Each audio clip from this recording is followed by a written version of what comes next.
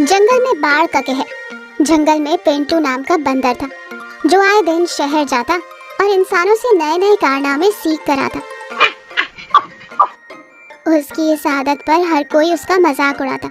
उसकी ये आदत बाकी जानवरों को फालतू और बेमतलब लगती थी और वो हमेशा उसको ताना कसते रहते।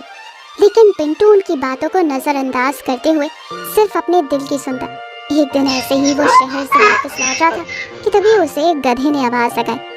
अरे पिंटू महाराज, आ गए शहर से सैर सपाटा करके। आज क्या नया कारनामा सीख कर आए हो? तुम्हें उससे क्या? तुम्हें तो बस मुझे चिढ़ाने का बहाना चाहिए। अगर इतना ही पता करना है तो अगली बार मेरे साथ शहर चलना, फिर देख लेना मैं क्या क्या सीख कर आता हूँ।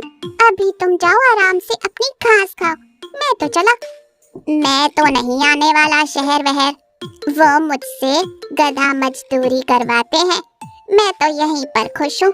जाओ जाओ, अब पता नहीं कहाँ तोड़फोड़ मचाने वाले हो। तुम सुधरने वालों में से तो नहीं हो।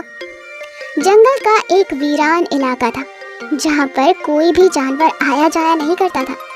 कुछ पेड़ पौधों के अलावा वहाँ कुछ भी नहीं था। पिंटू बंदर वहीं जाकर अपनी सारी करामातें करता, शहर से सीखी हुई चीजें यहाँ पर बनाने की कोशिश करता। बाकी जानवर ये देखने के लिए भी वहाँ नहीं जाते कि पिंटू आखिर कर क्या रहा। किसी को इन चीजों में कोई दिलचस्पी नहीं थी। कई दिनों तक वो उसी जगह पर अपने काम में व्यस्त रहता। जानवर तो उसके बारे में भूल भी जाते थे। हाँ, कभी कभार अचानक उसकी याद जरूर आती थी। अरे कुछ दिनों से पिंटू की खबर नहीं आई, कहाँ है वो? कहीं इंसानों ने उसे पकड़ तो नहीं लिया? कुछ दिनों पहले मिला था, शहर से वापस लौट रहा था। मैंने उससे पूछा तो मुझे ही अपने साथ चलने के लिए कहने लगा। बाबा रे बाबा, मैंने तो साफ मना कर दिया। मेरा दिमाग उसकी तरह उल्टा नहीं है। जरूर वो अपने उस वीरान इलाके में पड़ा होगा। कभी कभी लगता है चलकर देखना चाहिए कि वो आखिर करता क्या है। इतना फालतू वक्त किसके पास है? वो चाहे जो भी करे, हमें उससे क्या? कहीं उसके चक्कर में हम किसी मुसीबत में ना पड़ जाए। सही कह रहे हो दोस्त, उसे छोड़ो। मुद्दे की बात तो ये है, वैसे इस बार ऐसा लग रहा है जम के बारिश होगी।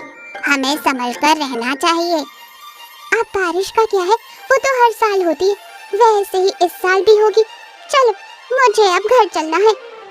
आपस में पिंटू की बुराई करके हर कोई अपने घर के लिए निकल गया, पर किसी को ये जरूरत महसूस नहीं हुई कि वो जाकर पिंटू की खबर ले और उसके हालचाल पूछे या फिर वो आखिर क्या कर रहा है ये पता करे। तो वहीं दूसरी ओर पिंटू अपने ही काम में व्यस्त हो गया। कई दिनों तक वो उस इलाके में न जाने क्या कर रहा था, इसकी खबर किसी को नहीं थी। अचानक कुछ दिनों में भारी बारिश होने लगी। जानवरों को लगा कि ये बरसात 2 दिनों तक ही है, अब तो रुक ही जाएगी। लेकिन लगातार 10-12 दिन हो गए पर बारिश रुकने का नाम ही नहीं ले रही थी। ऊपर से अब तो तूफान भी थमने का नाम नहीं ले रहा था। हर तरफ डर का माहौल फैल गया। ये बारिश और तूफान मेरा पूरा घर बर्बाद कर देगी। मैं तो अब उसमें रह भी नहीं सकता। मुझे किसी और के घर जाना चाहिए। खरगोश अपने घर से बेघर हो चुका था, इसलिए वो तुरंत हिरन के घर जा पहुंचा। लेकिन वहाँ का नज़ारा भी कुछ वैसा ही था। ये क्या? मैं तो तुम्हारे घर रहने के लिए आया था, पर यहाँ तो तुम्हारा घर भी नहीं बचा। तूफान ने इसे भी बर्बाद कर दिया। अब हम क्या करें? हम गधे के घर चलते, उसके घर में आराम मिल जाएगा। दोनों दौड़ते भागते गधे के घर जा पहुंचे, लेकिन उसकी हालत भी उन दोनों के जैसी ही थी। वो भी बिना छत के बारिश में भीग रहा था और ठंड से कांप रहा था। तीनों तुरंत एक पेड़ के नीचे जाकर खड़े हो गए ताकि बारिश से भीगने से बच जाए। एक एक करके सारे जानवर उस बड़े से पेड़ के नीचे जाकर इकट्ठा हो गए। पक्षियों के घोंसले पेड़ के साथ ही उड़ चुके थे और जानवरों के घर में पानी भर चुका था।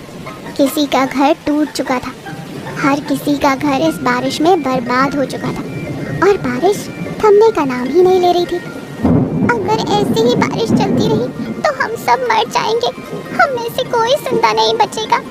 नहीं नहीं, ऐसी बातें मत करो। जल्द ही बारिश रुक जाएगी। हम सब फिर से अपने घर में पहले जैसे रहेंगे और हम सब फिर अपने घर को बना लेंगे। हमें बस हौसला रखने की जरूरत है। वैसे ये पिंटू कहाँ गायब हो गया? कहीं नजर नहीं आ रहा, कहीं उससे कुछ हो तो नहीं गया? अरे वो देखो, पिंटू दौड़ता हुआ यहीं आ रहा है। पिंटू बड़ी तेजी से उनकी तरफ दौड़ता हुआ चला आ रहा था। सारे जानवरों ने उसे जिंदा देखकर राहत की सांस ली। पिंटू जल्द ही उनके साथ आकर खड़ा हो गया। सारे जानवर एक एक करके उससे सवाल पूछे जा रहे थे, लेकिन दौड़ने की वजह से बेचारा हाँफ रहा था। जैसे तैसे उसने अपनी सांस पर काबू पा लिया और सारे जानवरों के साथ बात करने लगा। अरे शांत हो जाओ सब, मुझे बात करने दो। मैं तुम सबको लेने आया हूँ। मेरे पास तुम सबके लिए एक सुरक्षित जगह है। अब बिना वक्त गवाए मेरे साथ चलो और मुझ पर भरोसा रखो। क्या तुम्हारे पास जगह है, वो भी सबके लिए? मैं नहीं मानता। मुझ पर भरोसा करो, मैं इस बारे में कोई मजाक नहीं कर रहा, ना कभी करूँगा। पिंटू सही कह रहा है, वो हमसे ऐसा मजाक कभी नहीं करेगा। हमें उस पर विश्वास रखना होगा।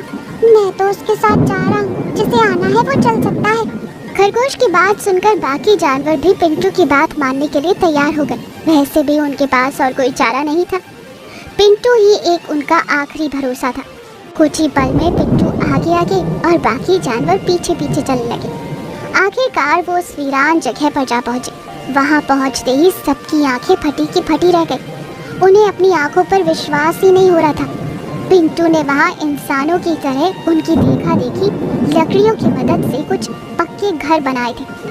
ये क्या है पिंटू? मुझे ऐसा लग रहा है जैसे मैं किसी शहर में पहुंच गया हूँ।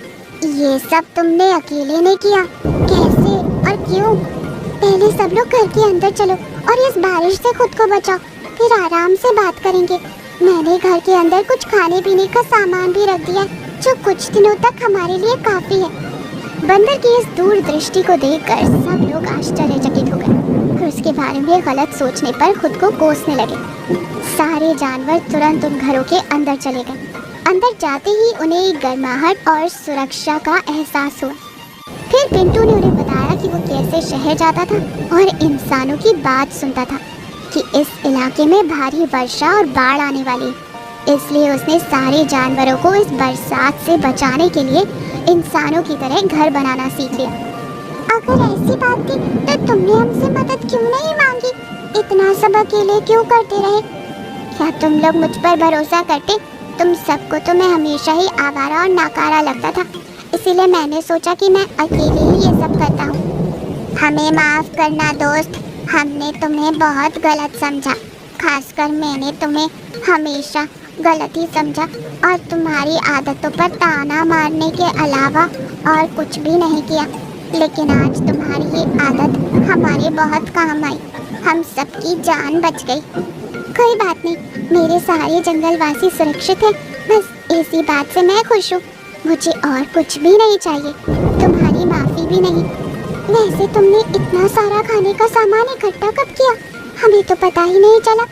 तुम लोगों का वैसे भी मेरी तरफ ध्यान कहाँ रहता था, बस मैंने कर दिया।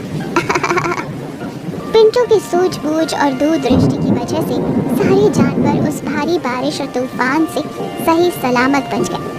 सब ने मिलकर पिंटू की जमकर तारीफ की और आगे चलकर उसके ऐसे कामों में मदद करने का वादा भी किया।